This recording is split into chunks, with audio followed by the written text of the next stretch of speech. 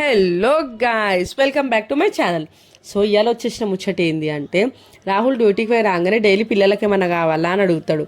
అడిగి ఫస్ట్ ఆ పనులు చేసుకుని ఇంట్లోకి వస్తాడు. ఎందుకంటే ఇంట్లోకి వచ్చి మళ్ళీ ఫ్రెష్ అయ్యి బయటికి వెళ్దామంటే ఆయనకు ఓపిక ఉండదు.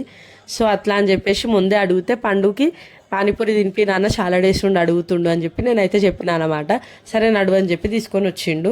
మా పండు 4-5 టైమ్స్ అడిగిండు. ఇప్పటికీ చాలా టైమ్స్ అడిగి ఈరోజు ఫైనల్గా ఇప్పిస్తున్నా. ఎందుకంటే వాడు ఆశ పడ్డాడు, ఇంకా మనం దాన్ని కాదు అని అయితే అనలేము. ఇన్నిసార్లు అడిగినందుకు ఒక్కోసారి నేను ఇప్పించాలి కదా అన్నట్టయితే తీసుకొచ్చిన.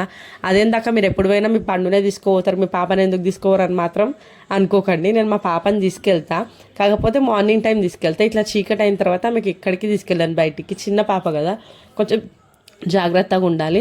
ఇంకా ఫుడ్ విషయం అంటారా, ఆమెకి ఏది తినిపించినా తింటుంది. ఆమె నాకు ఇది వద్దు అన్నది, వీడే గాడిది, నాకు ఇది కావాలంటే అదే కావాలి, దానికంటే కాస్ట్లీ ఇప్పిస్తానా, నాకు వద్దు, నాకు అదే కావాలంటాడు. అట్లా అని ఈయన గురించే మాకు అన్నిట్లో ప్రాబ్లం అయ్యి ఆయనకు ఏదైనా కావాలంటే అదే ఇప్పిస్తాము. ఈమెకు కూడా ఇది తీసుకొని వెళ్ళొచ్చు, కానీ నేను పాపకి పానీపూరి అస్సలు పెట్టాను. ఎందుకంటే అది చాలా హెల్త్ ఇష్యూస్ ఉన్నాయి దాంతో. డైజెషన్ ప్రాబ్లం ఒకటే కాదు, దాంతో హెల్త్ ఇష్యూస్ కూడా చాలా ఉన్నాయి.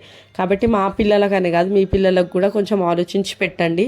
అందరి పిల్లలు ఒకటే కదా. నేను వీడు అడగంగా ఎప్పుడో ఒకసారి తినిపిస్తాను అనమాట. మామూలుగా వేరే ఫుడ్ ఐటమ్స్ అంటే వీక్లీ వన్స్ అయినా తినిపిస్తాను, కానీ ఈ పానీపూరి అసలు మంత్లీ వన్స్ కూడా పెట్టాను అనమాట. మీ పిల్లల విషయంలో అయితే మీరు ఈ విషయంలో జాగ్రత్త ఉండండి. ఇంకా మేము తినేసి మా మమ్మీకి మా హస్బెండ్కి కూడా తీసుకొని పార్సల్ వెళ్ళిపోయినాం అనమాట.